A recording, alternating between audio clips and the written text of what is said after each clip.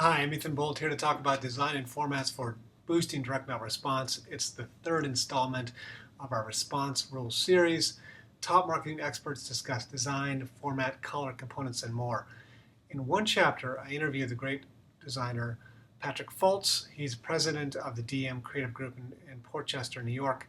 He also runs the John Caples International Awards, which is in its 33rd year. It's basically an international professional interactive creative design competition.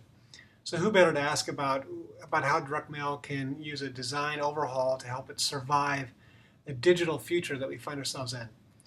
Here are 4 of his design best practices. Number 1, get recipients to stop and see. You first basically need to stop them long enough, he says, so that they can see what's in it for them. And he sees the outer envelope of the piece kind of like a storefront. You want to make sure they look at something outside to make them want to go in. Otherwise, they'll trash the mail piece. Of course, many mailers, as you can see here, are still going with the blank approach, and this can create some intrigue, but he also says you need to visually treat the prospect right now, the modern prospect. And he uses all the things that are available to a designer, from the formats to the windows that they're used, the different plastic substrates you can use, maybe a new printing technique, illustration photography, different kinds of headlines, personalized URLs, and of course, really good offers. So let's look at a couple examples. Here's something from Chubb Personal Insurance. They use a see-through red envelope to entice the prospect into opening and find out basically what's inside.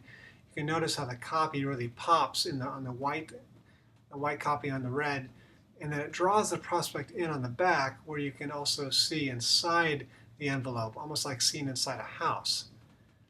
Number 2, invent the next format. He says he's always looking for what he can design to make his package basically reach out to the prospect and really grab their attention. He's always looking for the new or maybe to reinvent something. Here's a great new format.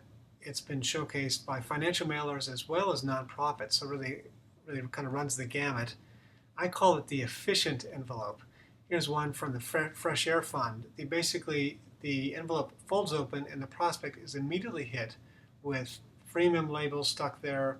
There's a great campaign message and even tickets for sending inner city kids to school.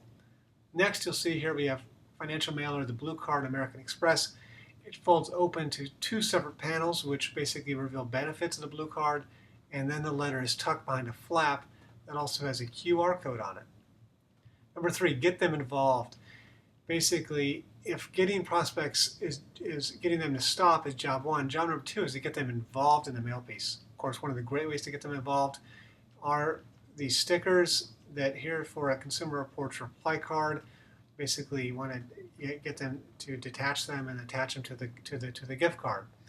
Number 4, easy to read, easy to find equals easy response. The basics of type and layout remain very important, says Fultz, yet too many designers, copywriters, and even marketers, they pay too little attention to leveraging the full power of layout and typography. So let's look at one mailer here from Neopost. It's a B2B mailer. They use a nice mix of images and clever copy on the package. There's a copy, don't get trapped by hidden costs. The different images work really well. The copy inside is very readable when it's black and white, and it's not excessive. It also uses numbers well, and then the offer on the bottom stands out in red with the QR code and the big save $220 now offer.